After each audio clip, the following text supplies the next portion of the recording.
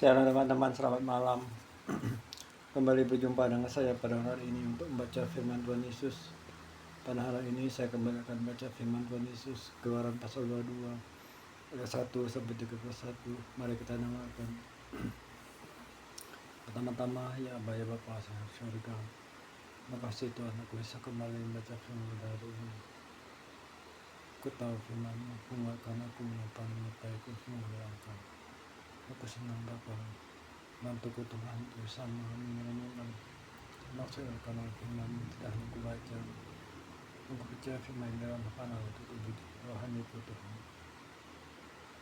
Tubuh fisikku butuh makan, begitu pula tubuh rohaniku dan tubuh rohaniku akan memberi makan dengan firman Tuhan.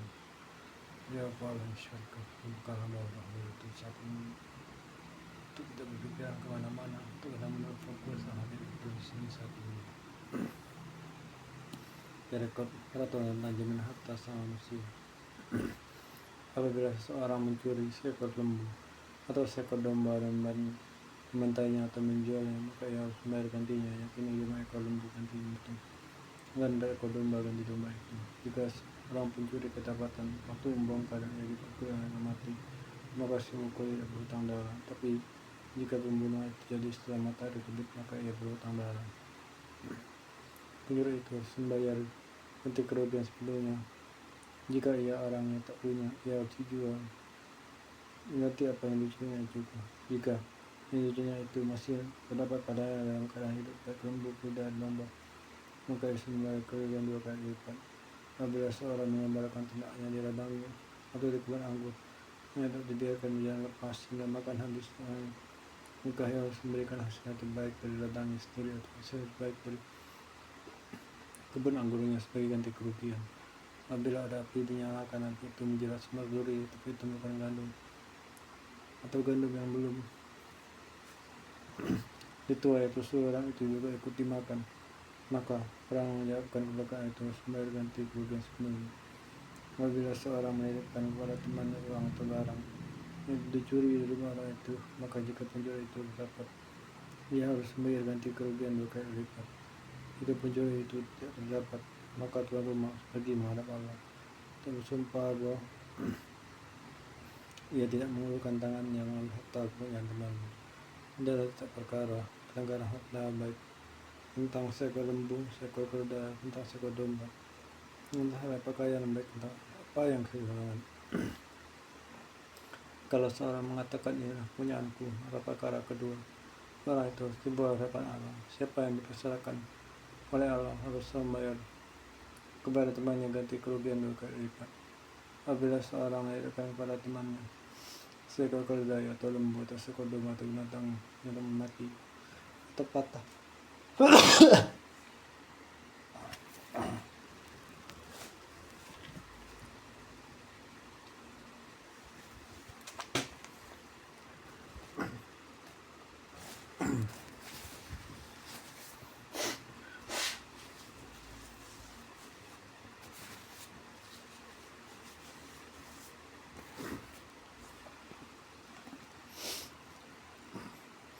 seekor keledai atau lembu seekor domba atau binatang yang mati atau patah kakinya, terlihatlah orang dengan kerasan, tidak ada orang yang melihatnya, maka sumpah di hadapan Tuhan harus menunjukkan antara kedua orang itu apakah ia tidak mengulurkan tangannya mengambil harta kepunyaan temannya, lalu mereka harus menerima sumpah itu. Binatang itu tidak usah membayar ganti kerugian, tapi jika binatang itu benar-benar dicuri daripadanya, maka ia harus membayar ganti kerugian kepada orang lain. Jika binatang itu benar-benar ditangkap oleh binatang buas, maka ia harus membawanya sebagai bukti. Tidak usah ia membayar ganti binatang itu karena itu.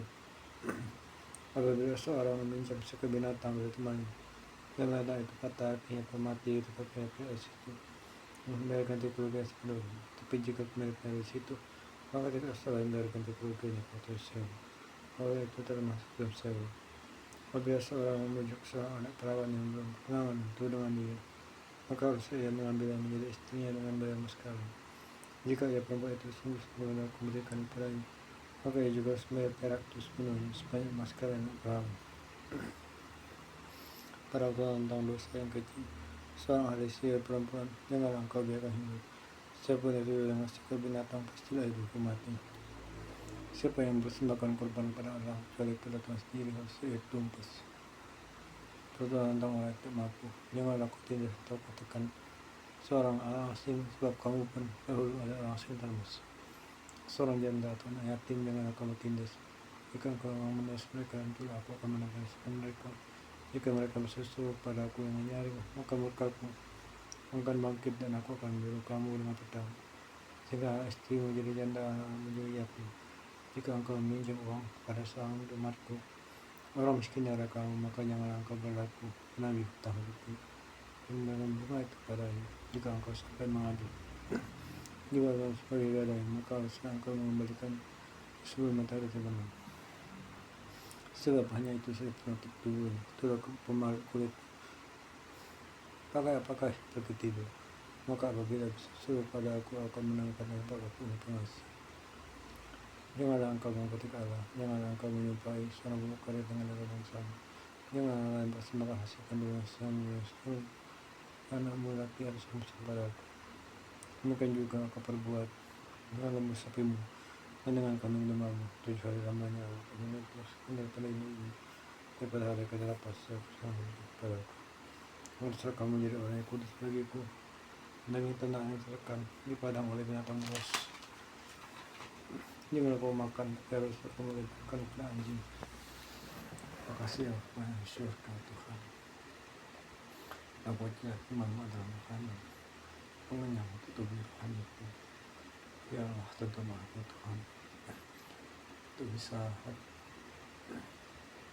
sadar Tuhan bahwa yang perlu memberi makan bukan hanya tapi semuanya kita beri rohani dan jiwaku. Ajarlah Allah ibadah selalu untuk mengenyangkan tubuh jasmani dan jiwaku. Ya Allah, syurga Tuhan Yesus.